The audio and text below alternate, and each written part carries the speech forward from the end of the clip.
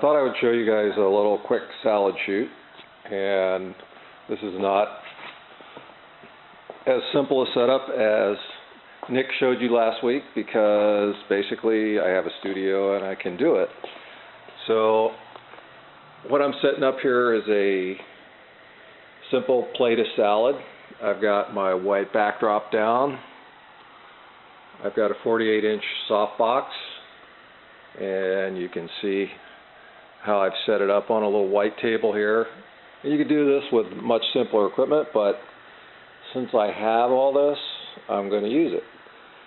So I've got a 60mm macro lens on my tripod. I've got my trigger on the top, and again, you could do this much simpler. I've got a flag here to not flag the light, but actually bounce some back in. I want a little bit of reflection. It's going to be on the front of the plate to minimize the shadow that I'm going to have from the light. As you can see, it is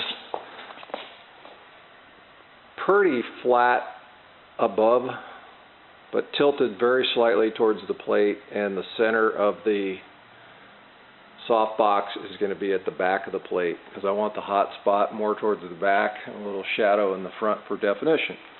Anyway, that's the thought at this point, and then I will take you over and show you my wonderful food stylist, who actually is my wife, is preparing the plate. And I've already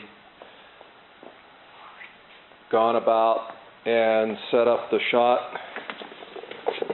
I have my tether ready, and you can see here I've taken half dozen shots to get what I want here for the plate. I have my color checker with a gray card out, so I could just check the white balance, which I already know is pretty close to 5,000 for my lights. And we're about ready to roll, so I will show. So now we've shot 3 shots here, and we've been adjusting. And you can see here, when you are shooting in Lightroom tethered, I can reshoot from here just by hitting the button. So we brought those leaves in, trying to get a little better look. I think this one back here, babe, can go back out a little bit more. So this is a nice part of shooting tethered into Lightroom. And the other thing that I do is I have more than a few, but these are color checker profiles, and I know that this one is my studio lights, and you'll see when I hit this there'll be a shift in the color. It's subtle, but it's there. And then I can grab all these and sync them up the same. So let's shoot again. And waiting for it to come in. Kind of a little bit too much, I think. Anyway, we'll get back to the finished shot in a little bit. But you can see, when you've been doing this a while, we've got not even a dozen shots here yet, and I think we're getting a pretty nice looking plate. And very simple setup. I want the shadow in the front right now. I might adjust it later. One thing I might do is throw a little curve on it in Photoshop, which I tend to like to do, and a few other things. But this is where we are already.